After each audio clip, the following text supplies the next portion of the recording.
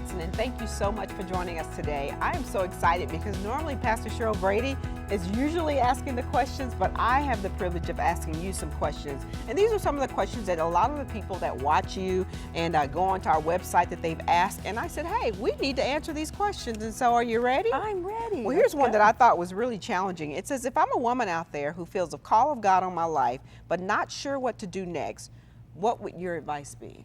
You know, I think what is very, very important is the Bible clearly states we got to make our calling and our election sure.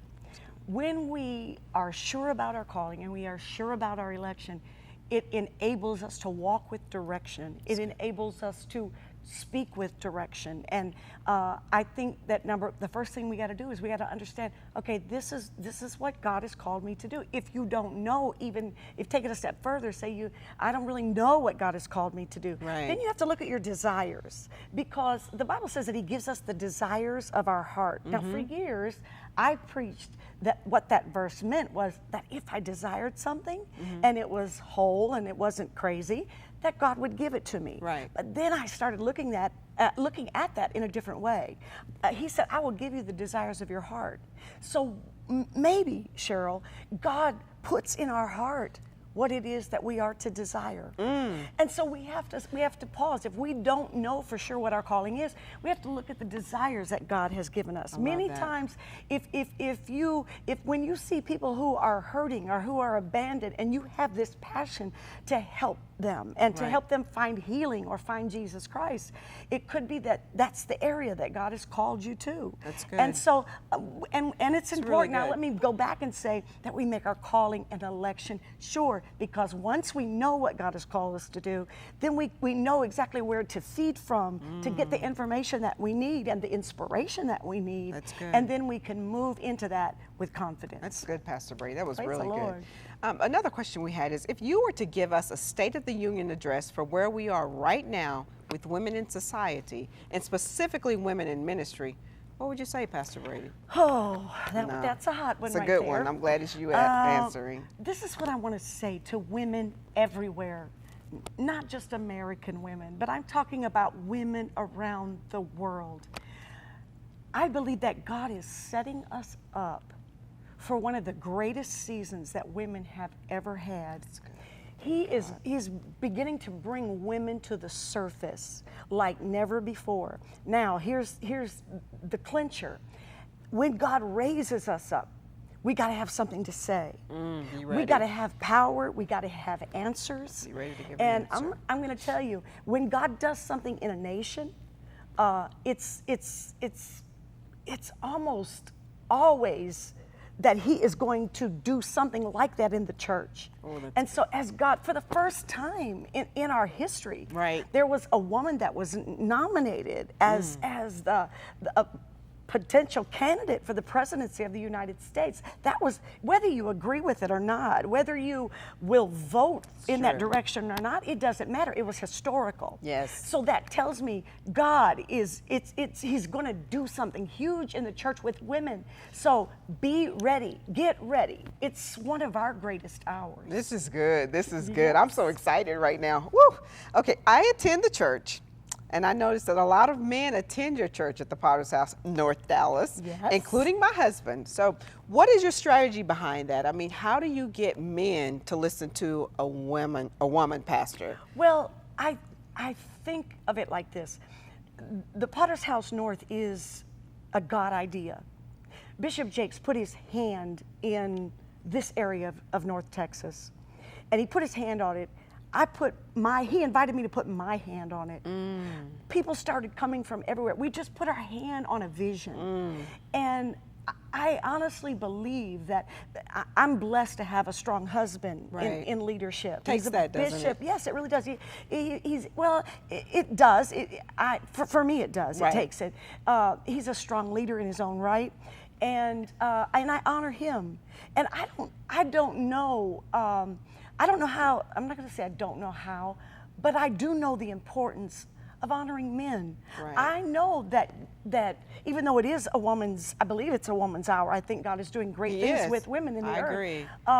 they're still in order, and I think there's a structure, and I am blessed. I think when men come in here, they don't feel emasculated. They feel the important that we need them. Right. I don't want to be a church with all women, because then we're not balanced. I agree. I'm the weaker vessel. I tell my husband that all the time, especially when I have to do things that I don't want to do. You know. I say, babe, I'm the weaker vessel. But I need his insight. I need his voice, and I think because men understand this is not a woman's church. I think they understand there's a strong bishop at the head of this church. Right. That my husband is a strong man, and that when I feed them the Word of God, I don't feed them the word based on this is for men or this is for women. I feed hungry people. That's good. And whenever you Feed put the hungry bread people. out, people that are hungry will find a way to get to the table. That's wonderful. And I am so grateful for the men of the Potter's House North. Me too, especially my husband. Yes, mine too. Thank you so much for your questions. We'll be back again with more. Hey everybody, we are closing in on Mentorship Moments Midwest in Toledo, Ohio, and Southwest in McKinney, Texas. Women from all over the country will be joining us for both events, and I have so much expectation of what God is going to do in our lives. In the past few Mentorship Moments, we have strategically designed them to prepare women for what God wanted to do next in their life. And if you're just starting out in ministry, we've got some great sessions that's going to help get you going. If you've been in ministry for any length of time, I feel like it's just going to propel you into the next phase that God has for you. Our theme this year is Ready, Set, Go. You can never win a race if you don't get off of the starting block. I want to be your coach, and I want to help you as you move into your destiny. Are you ready? Well, if you are, let's go. Meet me at Mentorship Moments.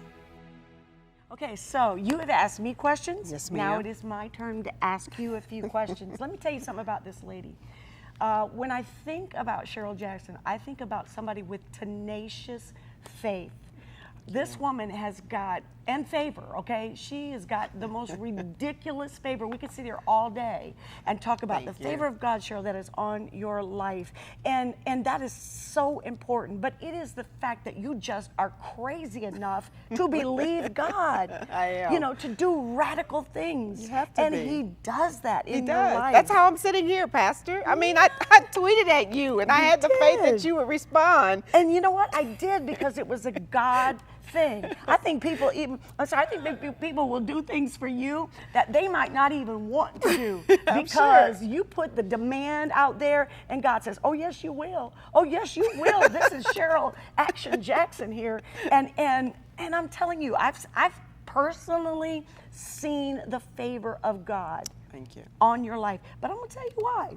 It's because you believe Him to do that. Yes, ma'am. You have reckless faith. Sheryl is the CEO of a very, very successful food pantry right here in the North Dallas area. And I want you to take just a minute. Now, you know, it's successful today, Yes, but ma'am. what people do is they see us when it's successful, but they don't see those moments where you were just birthing and you were crying out to God and saying, God, if this is your will for my life, send help. Yes, ma'am. And it takes all of that. Tell us does. about It does. the Well- birthing of such a great ministry. Well, it's named Minnie's Food Pantry, as you know. It's named after my mother. And it started with just a can of corn. It's 2 cans of corn, and God saying, feed my people. And there was a time when I needed to feed my own 2 kids, and going to the welfare office and being declined food stamps and experiencing that. And then now God is saying, treat people the way you want to be treated. And I'm really thinking to myself, but how?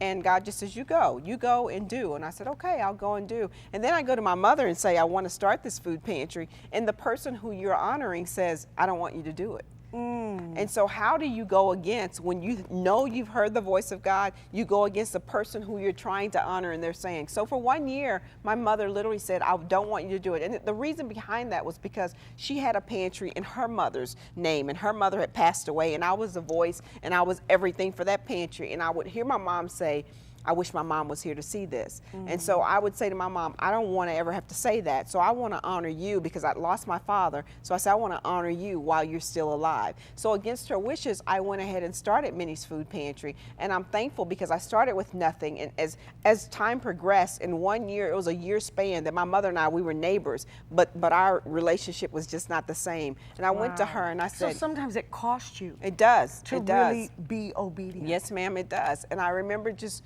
going to my mom and saying, is this you saying that, or is this God telling me not to do it? And she said, I'll go to God, because that was just her heart. And she came back and she said, God told me to take my hands off of you, and that Minnie's Food Pantry was going to be known worldwide. And it's very important to come up underneath a leader who can hear the voice of God and who you trust. Absolutely. That's why I'm at the Potter's House in North Dallas now, because I trust your word. Your word kept me alive when my father passed away. Wow. And so I said, if I can get to North Carolina, if I can just get to the Carolinas and see her, I'm going to be okay. But God is so faithful. What a great God he is that he brought you to Texas. Here. Because my husband wasn't going to move. So see, I mean, he's such a good guy. But we started it with nothing. And I just saw nothing, 2 cans of corn and a prayer. But I just saw God just honor that faith. And we were in a 500 square foot building, and people were coming and they was giving us just hand-me-down food, dented cans. And I was like, no, God said give the best. That's what we're going to do. And because I heard that voice and just was continued to be obedient, then God just honored the faithfulness. And now we're in a 13,000 square foot building. You recently saw us on the Ellen Show, where she gave us $30,000 and a new car. Toyota gave us a new van. And I mean, you know, it's so much happening right now. It really blows my mind, But it Pastor. all started With nothing. With nothing. And a voice from God. And obedience. Yeah, and that's what you're going to be talking about. In spite of. Yes, ma'am. What your eyes see. Yeah, you know, and it's that amazes me. Her story is totally radical. But I'll tell you what, if you're going to get radical results, you're going to have radical faith. That's it. And you know, I really wish we had time for everybody just to hear about all of the steps along the way that God has shown up sovereignly. Good. Yes. Sovereignly. Yes, yes. And he does that. And if you will take one step with what he's told you to do, he'll get behind you and he'll take 2. Listen, Cheryl's story is amazing, but yours is amazing as well. God has things for you that your eyes haven't seen and your ears haven't heard. Yeah. So I want to tell you how you can get in touch with Sheryl. You can go to her website at www.minniesfoodpantry.org or www.SherylActionJackson.com. You can hear more about what God is doing through this amazing woman and the crazy favor that is on her life. It's crazy. He's a good father, isn't he? He's a good father. Amazing. Thank All right, you. it's your turn now. Yes. So, Pastor Brady, we're going to have a little fun. We're going to put you in the hot seat. Great. I'm going to give you 10 questions, just 10, my top 10 questions that everybody wants to know about Pastor Sheryl Brady. Okay. Here we go. So what's your favorite color? My favorite color is, like if you're in the fall, it is black and burgundy. If you're in the spring, it is black and burgundy. If you're in the summer, it is black and burgundy. Okay, so there you go. Those are my 2 favorite colors. Black. I mean, look. And burgundy, right? What is your favorite movie? Oh, my goodness. All right, don't judge me, okay? This is a judgment-free zone Right here. now. I'm pretty simple. I love the movie The Other Sister, okay? Daniel! I love that too! It's my fave! Oh my God! Sheryl and Cheryl! That is so crazy! Really? It is. Let's watch it together one Okay, day. we'll have to do Promise. We'll have to do that. I've probably already seen it 10 times. And I'm that way. Whenever I like a movie, Me too. I'm going to see it so many times. Yep. The Other Sister. If you haven't seen it, you need to see it. It's great. Okay, what is your favorite Bible scripture? Oh, that the eyes of the Lord go to and fro on the face of the earth. He is looking for those whose heart is completely his, that he can get behind and strongly support. I love that. I love to know that God is just looking for somebody he can bless and use. And who is your favorite Bible character? Oh, that's hard, but I probably would say David. David? Yeah, he was a worshiper. He was a leader who was a worshiper. That's good. Yeah, That's good. sometimes it's hard to find leaders who know how to worship. Yeah. David was a perfect example of that. Now, you're always in the Bible, but tell me, what are you doing when you're not in the pulpit in the Bible? What's one of your favorite things to do when you're not working? To be with my grandkids. Aww. Yeah, and just be home. And, you know, because I Family. travel a lot, it's like people are like, where are you going on vacation? Home. home. I'm going home for vacation. You were singing "I'll Be Home for Christmas." Yes, Yeah, it's a wonderful thing to be I able like that. to relax and be content at home. Right. You know, that's a I like blessing. that. Some people can't go home and relax. That's true. I've been blessed to have a great family. That's so awesome. I really draw a lot from my family. I love that. Any occupation in the world besides pastoring, what would you be doing? Well, I always wanted to be a nurse. So, Nurse? Yes, I mean, I think about it now, and I think maybe it's the same thing. You know, You're a healing? pastor, a nurse, you're helping hurting people. That is good. And That is so good. I always wanted to be that. Okay, so if you So were salute to all the nurses out there. shout out nurses. Now I hear you singing all the time, and man, you can sing. I love to hear you sing. Aw. But who are you listening to right now? Music-wise? Music-wise, who are you listening to?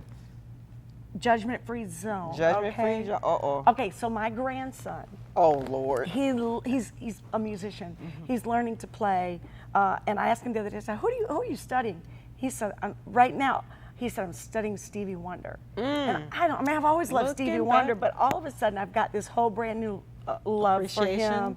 Yeah, a whole brand new appreciation, probably because my grandson is learning his songs. That's old school And- there. Oh, it's old school. Look at him. But anyway, I love that. I also love anything praise and worship. I love William Murphy's new praise and worship That's a good one. album and Hillsong, you know, United, all of that. That's awesome. That's Yeah. awesome. What book are you reading right now? Wow, I have about 10 books on my nightstand, and that is for real. Of course, I love the Bible, but this is an old book, okay? It's like really old, and I've read it before on different occasions, but I am so right now in love with the purpose-driven life. Ah, Rick Warren. Because it's like it doesn't matter. I mean, it doesn't matter where you're at. Everybody, there's something in everybody that wants to know, why am I here? What is the purpose of me being here? Why has God let me survive? Why did the good. things that I went through didn't wipe me out? And it's all because of purpose. Brings you And back. I just can't learn enough about purpose. Yeah. I'm hungry for that. Me too. Me And the too. older I get, the more intentional I get about it. Right? Can you share with us, what's the best advice that Bishop T.D. Jakes has ever given Oh to you? my God, he is my hero in the faith, okay? Yeah, And I think I love one it. of the best things that he said to me, he said so many things, it's hard to bring it down to one, but one of the things that really impacted me was he said, Cheryl, you can't be who you were and who you are at the same time. Oh, that's deep. Think about that. You can't be who you were and who you are at the same time. It gave me permission to grow and to realize some things I've got to let go of so that I can grab hold of other things. And a lot of times we're so busy trying to hold everything that we never really grow. That's And so that was so important to my life. Wow. I've had the pleasure of looking at your mother on the front row as she Yes. watches you minister the gospel. Tell me, what's the best advice she's ever given to you? I think the best thing Mama ever said to me was 2 scriptures. She said to me, Cheryl, always make sure that your hands are clean and that your heart is pure. And then she always said that that the angels of the Lord encamp around about those that fear him, those that reverence him, because I used to struggle with fear a lot as a child. And Mama would just say that verse over me, over and over my life.